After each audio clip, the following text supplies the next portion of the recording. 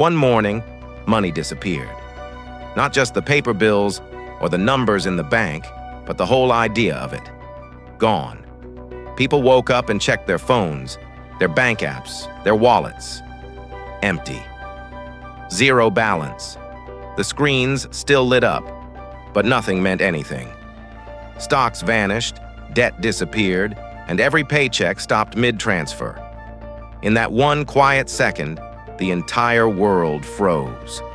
Not from power failure, not from war, but from the sudden silence of value. At first, people thought it was a glitch. They waited for the news, for someone to fix it. But as hours passed, panic started to grow like a fever. People rushed to gas stations, grocery stores, hospitals, but there was no way to pay.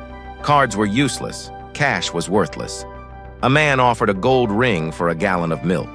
A nurse begged a driver to take her to work, promising she'd make it up later. But there was no later. The world had run out of trade.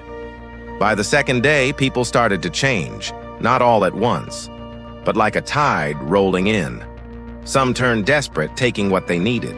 Others turned generous, giving away what they could. Farmers opened their fields. Mechanics worked for food. Teachers taught the kids sitting in parking lots, not because they were paid, but because it gave them purpose. The air felt different. Empty stores, quiet streets, no traffic jams, just people trying to figure out what mattered now. For a while, there was chaos. Not the loud kind, not riots or explosions, but a slow, sinking confusion. Without money, people didn't know how to measure anything. How much is a loaf of bread worth? A haircut? A heart surgery? The whole system of who deserved what and how much fell apart. Some who used to have everything, the lawyers, the bankers, the investors, stood lost, like actors without a script. And others, the ones who'd always been overlooked, the farmers, janitors, nurses, suddenly became essential. They had something people needed. By the end of the first week, cities started to split. Some neighborhoods became small communities, trading food for labor, fixing things, building things. Others shut down, waiting for the old world to come back. Governments tried to regain control, printing new forms of credit, promising a fix. But the people had already changed. They didn't trust it anymore. You could see it in their faces, that quiet look of someone who has been lied to one too many times. Somewhere in Kansas, a man named Robert traded a month of work fixing fences for food and gas. He hadn't done physical labor in years, but something about it felt right. He'd spent decades in an office, talking numbers, selling things he didn't believe in. Now his hands were cut and dirty, but his heart was calm. "Feels real," he said to no one in particular. And all around the country, people began to rediscover that feeling. The strange peace of doing something that mattered without chasing a dollar. But not everyone found peace. In cities, the silence turned dark. Skyscrapers went black. Elevators stopped. Restaurants emptied. The poor, who had always lived on the edge, now had nothing to fall from. The rich, who once lived above it all, found that their wealth meant nothing. No one wanted their watches, their cars, their credit. Without money, they were just people again, scared, tired, and human. For the first time in their lives, they had to ask for help. As weeks turned into months, something unexpected happened. People started to build a new kind of order, one without prices.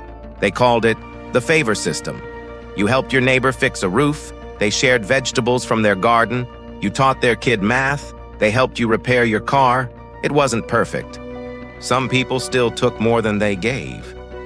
But it worked, not because of laws or taxes, but because people remembered what community felt like. There were still problems, of course. Hospitals ran out of supplies, some towns hoarded food, there were fights, betrayals, hunger. But slowly, the idea of wealth began to shift. It wasn't about what you owned, but what you could offer. A man who could fix an engine was rich. A woman who could heal or teach or grow, she was priceless. In time, people stopped counting. They stopped saying worth and started saying need. They learned to ask, "Can you help?" and "What can I do?" instead of "How much?" Kids grew up never seeing a dollar bill, never learning what salary meant. They learned something older, that value isn't printed. It's grown, built, given, and shared. By the end of the first year, the world was quieter, simpler. Not easy, but honest. People looked each other in the eye again. They worked not for profit, but for pride. The world hadn't become perfect. It had become real. And in the middle of all that change, someone whispered the truth that everyone had been avoiding. Maybe it wasn't the money that disappeared. Maybe it was just our belief in it. When we imagine a world without money, it feels impossible at first. We've been taught to measure life by numbers, dollars, salaries, balances, bills. But the story isn't really about money disappearing. It's about what money hides from us, who we are, what we need, and what we truly value. Money makes life simple in one way. You trade it for things. But it also blinds us to the quiet truths that really run the world. Without it, all the masks fall off.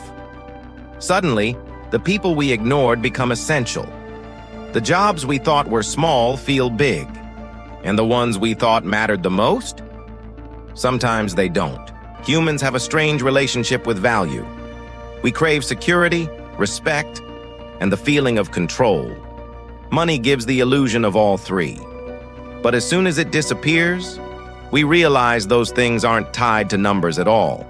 They're tied to connection, trust, and purpose. A doctor treating a sick child feels rich in a way no paycheck can capture. A neighbor fixing your roof feels rich in a way no bank account ever could. And the quiet, aching truth is this: we've always wanted that kind of richness, but we traded it for digits on a screen.